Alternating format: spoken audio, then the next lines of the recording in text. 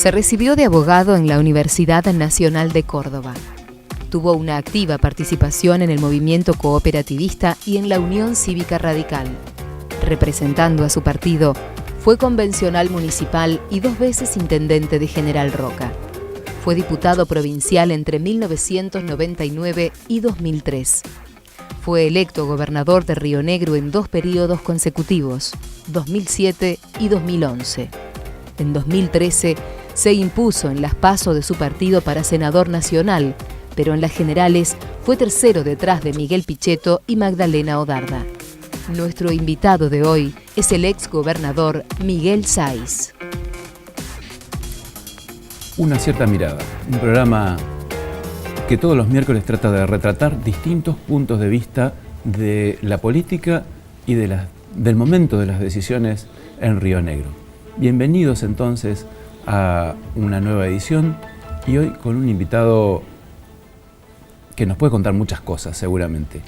Miguel Sáiz, ¿cómo le va? ¿Qué tal? Buenas noches, gracias por la invitación. 2 veces intendente, 2 veces gobernador, legislador provincial, una experiencia más que importante en el mundo de la política y en el mundo de la administración del Estado. Sí, además convencional constituyente municipal. Son 22 años aproximadamente que he ocupado los distintos cargos públicos, siempre subiendo la escalera de un escalón de por vez, ¿no? Primero convencional, después concejal, después intendente, después legislador provincial, intendente reelecto, legislador provincial y gobernador 2 periodos.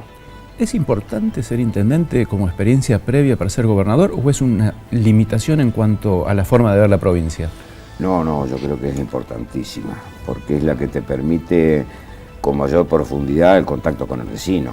Es decir, es la primera trinchera del cargo público en la búsqueda de mejorar la calidad de vida de la gente, de recibir los reclamos y las necesidades.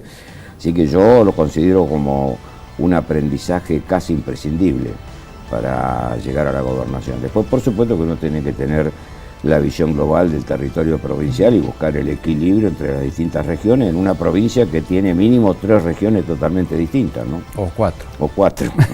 Si contamos o un poquito más tal vez también, ¿no? Claro. Porque cada una con su particularidad, ¿no? La cordillera, el mar, el valle, los valles. ¿Por qué asumir la política como una vocación o como un acto de carrera política, digamos? No, yo creo que es compromiso. La política tiene que ser compromiso. Si no hay compromiso, por más vocación que tenga, no sirve. Y el compromiso tiene que ser con los vecinos, con la gente, de tratar de ir cambiando la realidad que le toca vivir. Si no cambias la realidad, la verdad que el paso pasa totalmente desapercibido por el lugar que estés, ¿no? ¿Siempre en el radicalismo? Siempre en el radicalismo. ¿Alguna razón familiar? No, sí, por supuesto, históricamente mi familia era radical, yo siempre lo fui, me afilié a Franja Morada en la época de estudiante universitario y después seguí. Y cada vez más convencido, a pesar de que hoy no comparto las decisiones que ha tomado el partido, tanto a nivel nacional como a nivel provincial, pero bueno, uno también tiene que ser respetuoso de las decisiones orgánicas de estos cuerpos y por eso más que nada en la actividad partidaria he hecho un paso al costado. ¿Cómo define el radicalismo, Miguel Sáiz? Yo digo con una gravedad que ha dejado al país sin alternativa, porque si visualizamos el 2019 hay 2 alternativas. El radicalismo no va a existir, o es el socio menor de Cambiemos, o vuelve el Frente para la Victoria. Y este es un pecado, me parece, muy grande.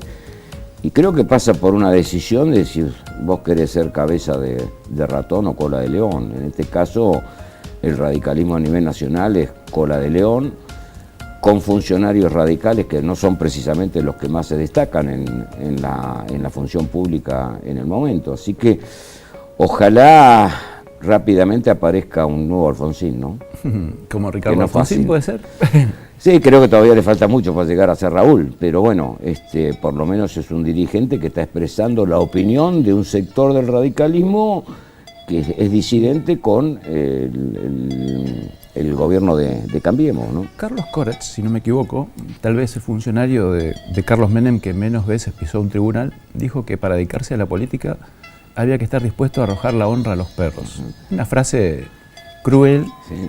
y por momentos pareciera que bastante real. ¿Cómo lo vive? Mi padre también me lo decía, ¿eh? Mi padre también me lo decía, nunca te metas en política, si bien él tenía militancia a través del comité, pero nunca en cargos públicos, nunca te metas en política porque es tirarle la honra a los perros.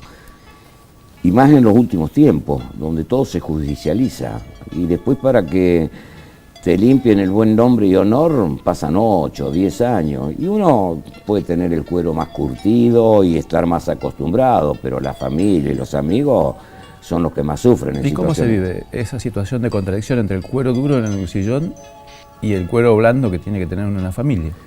Y bueno, tratando de explicarle a la familia qué es lo que ocurrió y que tarde o temprano va a llegar la ansiada justicia, ¿no? En su caso, la causa Flavors Sí. fue la que más ruido hizo y la que más arenó o limó su gobierno. Hay que entender en el contexto, ¿no? Es decir, la causa Flavors nace porque había que destruir uno de los programas, desde mi punto de vista, más exitosos que nosotros llevamos al gobierno, que era el comer en familia, al cual se anexaban los comedores escolares.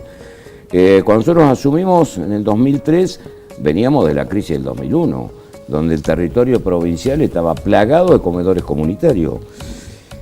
Y yo pensando y convencido de que al chico se lo educa en la casa, se lo instruye en la escuela, pero se lo educa en la mesa, que es el ámbito de mayor conversación entre el padre y la madre y los chicos.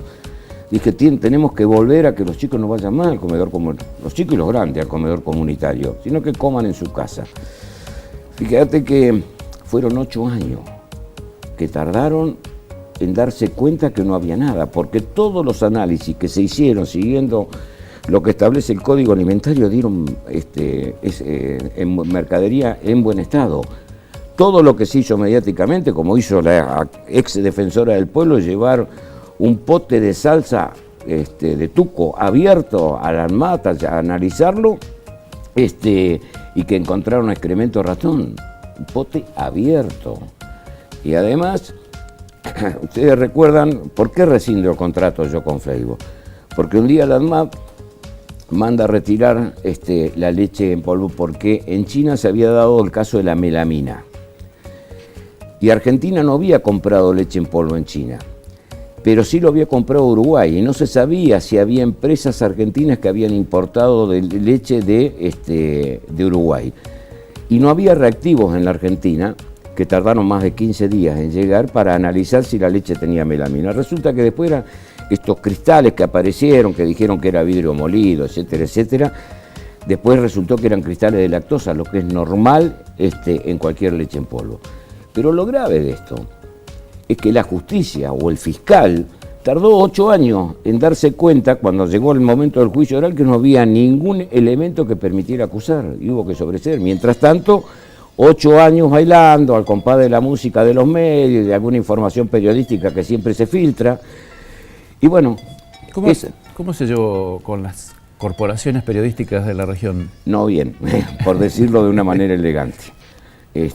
A ver, hay una empleada, una periodista invitada a abandonar el medio periodístico por excelencia de la provincia, que hoy tiene una página. El otro día, o hará 6, 7 meses o un poco más, cuando sobreseyeron en una causa al presidente del IPRO, escribió sobre, lo cual no tengo ninguna duda que es una buena persona, por eso la elegí para que fuera colaboradora, de que quien le limpiaba el buen nombre y honor.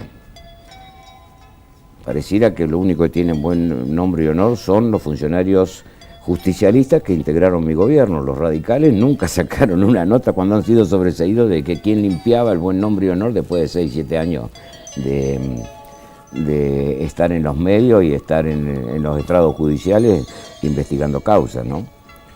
¿Se arrepiente de alguna decisión que tomó en esos 8 años? No, uno la tomaba consciente y en el contexto que nos tocaba vivir. Nosotros asumimos en el 2003, vos lo insistí, veníamos de la crisis del 2001. Hay muchos radicales que hoy, a pesar de que la convención del partido lo decidió por unanimidad, de que cuando nosotros hicimos la concertación con el kirchnerismo, hoy lo reprochan.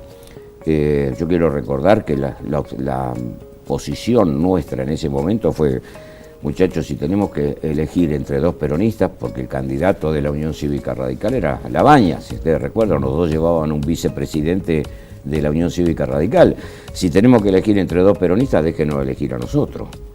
Y creo que también la provincia estaba en una situación financiera muy, muy difícil, y que era necesario el acompañamiento del gobierno nacional. Si ustedes se paraban en la vereda de enfrente, le pasaban con la topadora por arriba, no le quepa ninguna duda.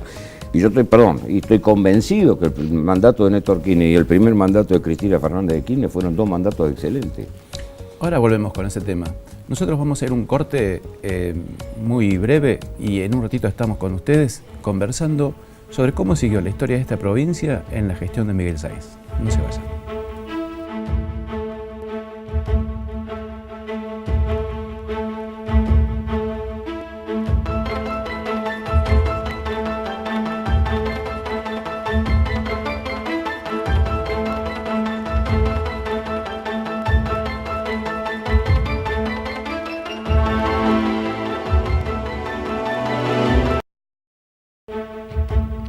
Continuamos con una cierta mirada y charlando con Miguel Sáenz, viendo cómo Río Negro fue evolucionando, tratando de recordar el contexto en el cual se toman las decisiones, porque con el diario del lunes cualquiera se gana el PRO, dicen, ¿no? Exactamente, después que pasó el perro, se ve si es perro o no.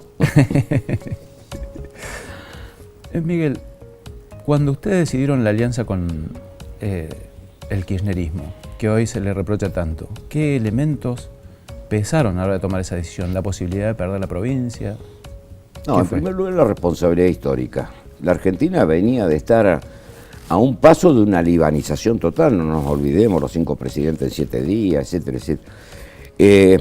Y había que acompañar a un presidente que llega al máximo cargo que cualquier político puede aspirar con el 22% de los votos, no nos olvidemos. Él pierde en primera vuelta con Menem por 1 punto y pico de porcentaje de voto, y no le dan la posibilidad de la segunda vuelta, que le hubiera permitido llegar mejor posicionado en función del caudal de votos a la primera magistratura. Por lo tanto, era una responsabilidad de todos los que estábamos en política, gobernadores, legisladores, intendentes, concejales, de encontrar un rumbo para poder sacar al país que, vuelvo a insistir, estaba a un paso de la libanización. Y había que acompañarlo. Yo me acuerdo con algunas conversaciones con Néstor Kirchner, él me decía: Miguel, gracias a ustedes yo pude consolidar un poder, porque si no yo duraba 7 días como habían durado muchos de los presidentes que lo habían precedido, ¿no? Te vuelvo 4 años para atrás, sobre la finalización del mandato de Pablo Verani. Y se tenía que elegir un sucesor, y nadie estaba muy seguro de quién iba a ser. ¿Fuiste la persona elegida por Pablo Verani? Sí. ¿O fue el imperio de las circunstancias que te catapultó a la gobernación? No, fui apoyado indudablemente. Yo siempre he dicho que en política me considero el hijo de Pablo Verani, porque yo aprendí a conocerlo a Pablo Verani y a militar en política, primero en el Deportivo Roca. Después yo fui funcionario de él, presidiendo el Tribunal de Calificación y Disciplina dentro de la municipalidad. Después fui convencional constituyente en la lista que había presentado Pablo Verani. Después fui candidato a presidente de consejo en la famosa ley de Lema. Perdimos mal, pero bueno, yo alcancé a entrar del último pasamano, del último vagón del tren como concejal, y a partir de ahí empecé mi carrera política, ¿no?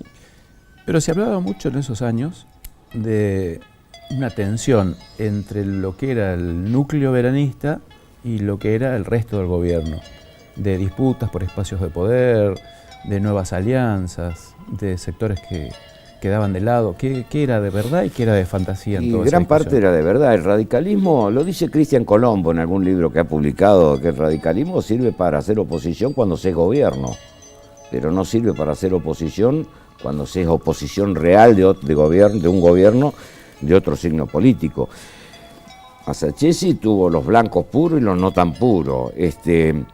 Verani tuvo el grupo Agenda. A ver, toda la semana aparecía tanto en el gobierno de Verani como en el mío, algún comunicado de algún dirigente radical cuestionando el gobierno. Después del 2011, pareciera que el ratón, no el que se comió los 500 kilos de droga, el ratón les hubiera comido la lengua. ¿Ustedes han visto algún comunicado del partido, de algún dirigente radical desde 2011 hasta acá? No lo ha habido. Entonces, pareciera que el radicalismo tenía muchos adherentes y muchos afiliados, pero no al partido, al poder. Bueno, 28 años de gobiernos continuados a veces generan un desgaste, ¿no? Seguramente generan un desgaste, y bueno, la gente llega a un momento que dice quiero cambiar, pero además, porque sé que después va a venir esta pregunta, ¿por qué perdemos en el 2011?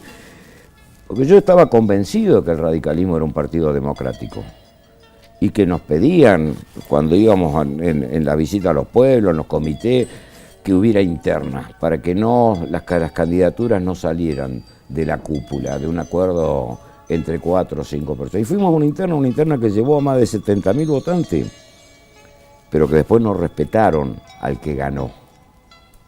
¿Vos sí que hubo traiciones? Sí, no me cabe ninguna duda, no me cabe ninguna duda.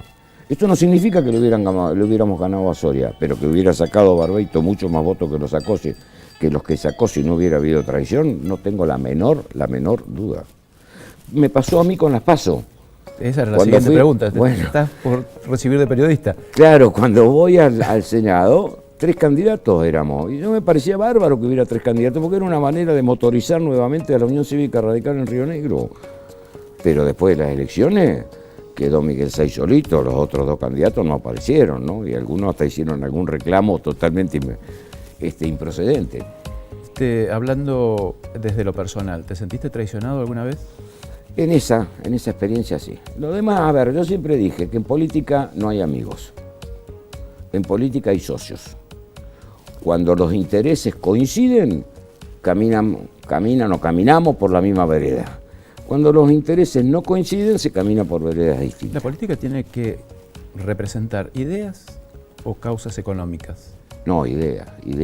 A ver, también no con esto no despreciando las causas económicas, porque el argentino en general vota con el bolsillo. Desde el voto cuota de Menem en adelante creo que tenemos varias experiencias que nos indican que el bolsillo no es intrascendente a la hora de emitir el voto. Pero lo que hay que tener claro es el objetivo político que usted quiere, hacia dónde quiere caminar. ¿Nuestro objetivo cuál fue? Integrar la provincia. La provincia tiene que estar comunicada e integrada para que realmente se transforme en un verdadero polo de desarrollo. Por eso la Ruta 23, por eso la 22, por eso el Puente de la Isla Jordán. ¿Miguel Say sigue en la política o ya está retirado? No, en las candidaturas dije que no más, nunca más. En la política partidaria, alejado porque no coincido con el camino emprendido por las autoridades nacionales o provinciales, pero política se hace todos los días, de charlar el buen día con el vecino, cómo estás, qué te falta, qué problema tenés, cómo ves la cosa, y eso está tan adentro de uno que es imposible dejarlo. Bueno, y yendo a la situación actual, ¿cómo lo ve al gobierno provincial? A ver, un solo ejemplo, a nosotros nos sacaban todos los días, o todas las semanas, a ver cuál era la deuda de la provincia. El otro día lo escuchaba el intendente de Roca, creo que fue en Bariloche, en el Bolsón, dijo, mi papá dejó la provincia con una deuda de 4.500 millones en 21 días. Sí, no creo que le haya bajado mucho. Hoy nadie habla de cuál es la deuda de la provincia. Todos sabemos, pero no se publicita y no se... Las provincias fueron muy injustamente tratadas cuando se salió de la convertibilidad. A los bancos y a las entidades financieras le canjearon 1 a 1. A las provincias le dieron $1, 1 peso con 40 más SER. Nosotros pagamos... los particulares. Exacto. Nosotros pagamos 940 millones de pesos. Y sin embargo, ese pago en los 8 años cada vez significaba que la deuda seguía creciendo. Hasta que las provincias logramos que Nación refinanciara. La provincia habían hecho un acierto a las gestiones anteriores, que era mantener toda la deuda con el Estado Nacional. Logramos que se refinanciara 20 años con el 6% de interés. Ya no había más cláusula de ajuste. Con lo cual, digamos, 25% el año pasado, 24%, el que vos querés, ganaste 18 puntos. Entonces la deuda se va licuando, pero bueno, se sigue incrementando todos los días. Y una provincia con déficit cada vez... ¿Las provincias son ingobernables con este estado, con este esquema fiscal que tenemos? Son difíciles, es difícil gobernar, porque Argentina dicen que es un país federal, pero es un país centralista y todos somos muy federales hasta que tenemos la sartén por el mango, pero cuando tenemos la sartén por el mango no la queremos largar. Entonces hoy las provincias dependen fundamentalmente de la distribución de los impuestos que le haga Nación, y cada vez los porcentajes de participación de las provincias es menor. Miguel Sáiz, se nos hace cortos 16 minutos. Muchas gracias por acompañarnos. No, gracias a ustedes por invitarme. Nosotros vamos a volver acá a este canal y en este horario dentro de 7 días, el miércoles que viene, para seguir viendo otras miradas. Una cierta mirada al programa que quiere acercarte una forma de ver, una mezcla de periodismo e historia. Las formas de ver en cada momento de acuerdo a cómo se veía en ese momento. Hasta dentro de 7 días.